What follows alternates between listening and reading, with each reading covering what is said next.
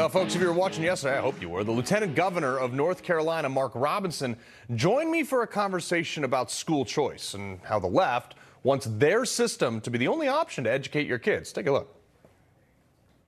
That's the million-dollar question. I do not understand why folks want to fund systems instead of funding students. Look, we all know that parents should be in charge of their children's educational destiny. What is a state of emergency is ensuring that we right some of the wrongs that currently exist in the public education system.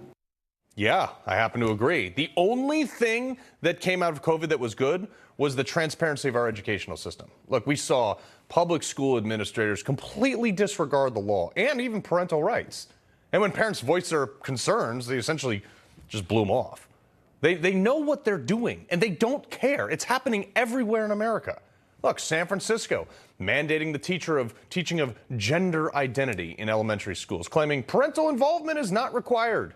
Same city, Unified School District has released a guidebook for teachers to facilitate secret child sexual transitions, completely encouraging the use of the pronoun it while in school. Illinois, the Evanston-Skokie School District, kindergartners read books affirming transgender conversions.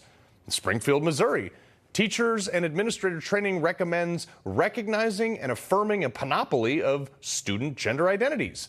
Another, Michigan Department of Education has adopted a radical gender theory program that promotes gender fluidity beginning in elementary school and encourage teachers to facilitate the sexual transitions of minors without parental consent.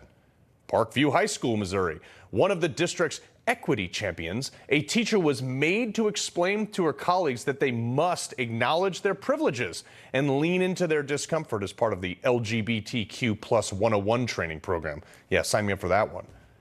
Look, most people see this happening and they're like, meh, at least it didn't happen to my kids. It happened to someone else. They think it will never happen in their school district, but it will. How do I know that? Because it's happening to me in Greenwich, Connecticut. With a Republican Board of Ed and a Republican mayor, it is still happening. The virtually unfireable bureaucrats feel like they can basically just do whatever they want. In this case, Dr. Tony Jones, not a real doctor, more like a Joe Biden doctor, who has been a national lightning rod for woke ideology over the last 3 years and makes over $400,000 a year in total comp. She just does whatever she wants. In her 3-year tenure at Greenwich Public Schools, they've just seen white privilege survey, one that Dr. Jones specifically denied at a school board meeting was happening, but it was circulated to students anyway. There's also an assistant principal suspended for openly discriminating against Catholics. Y'all remember that one? Second graders at the time, my own daughter's grade, were shown a video with a cartoon erection and drunk parents beating their children. They taught CRT despite denying that one too. A few teachers tried to cancel Mother's Day last year, wanted it to be called Childbearers Day. There is currently a no-question policy in Greenwich Public School for bathrooms. Teachers can't question a male walking into a girl's back locker room. I'm sure no high school boy would take advantage of that one. Some of the content that is still being taught to this day is so egregious that when it was printed out by a parent, they were thrown out of an adult school board meeting for it being too inappropriate.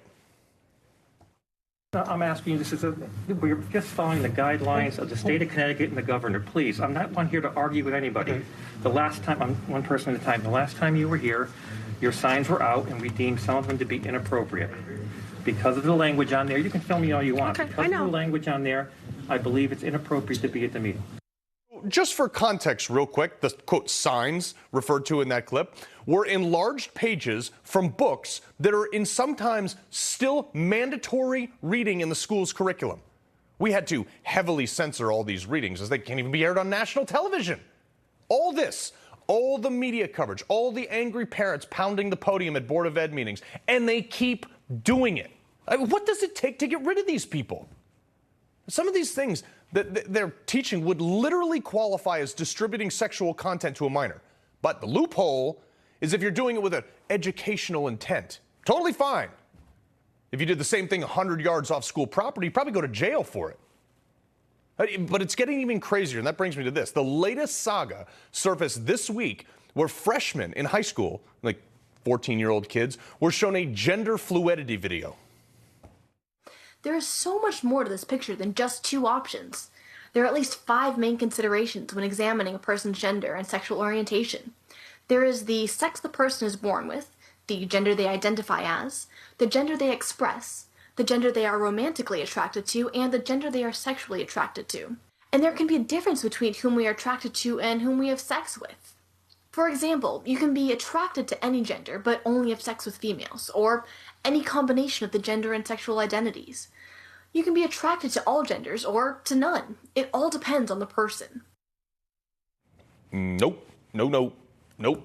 This 7-minute social justice word salad was narrated by this human, who I wouldn't hire to be a barista, let alone make content for our schools or for our children. The real story here, though, is that this school district has what they call an opt-out policy, where parents can opt out of sexually explicit material like this. They can opt out of social health curriculum just like this, and many did. But despite that, teacher blew it off. Teacher just showed it anyway. Was that teacher fired? Not to my knowledge, not yet at least. They just do whatever they want. I guess my message here is that these schools across the nation, stop messing with our kids. I, along with millions of other parents, will literally die for our children. You think we're just going to roll over and let this stand? They got another thing coming. But we have to make them care. That's the problem. And everybody in every school district all over America, you got to get loud. You got to go to your Board of Ed meetings. Because these bureaucrats, they don't have a product that you can boycott like Target or Bud Light. Their sales don't drop, unless they're school choice, but even that they don't really care about. The only thing they respond to is enough pressure that gets their bosses enough negative press to potentially not get reelected. So I don't care where you are in America. If you care about your kids, you got to make your voices heard on this.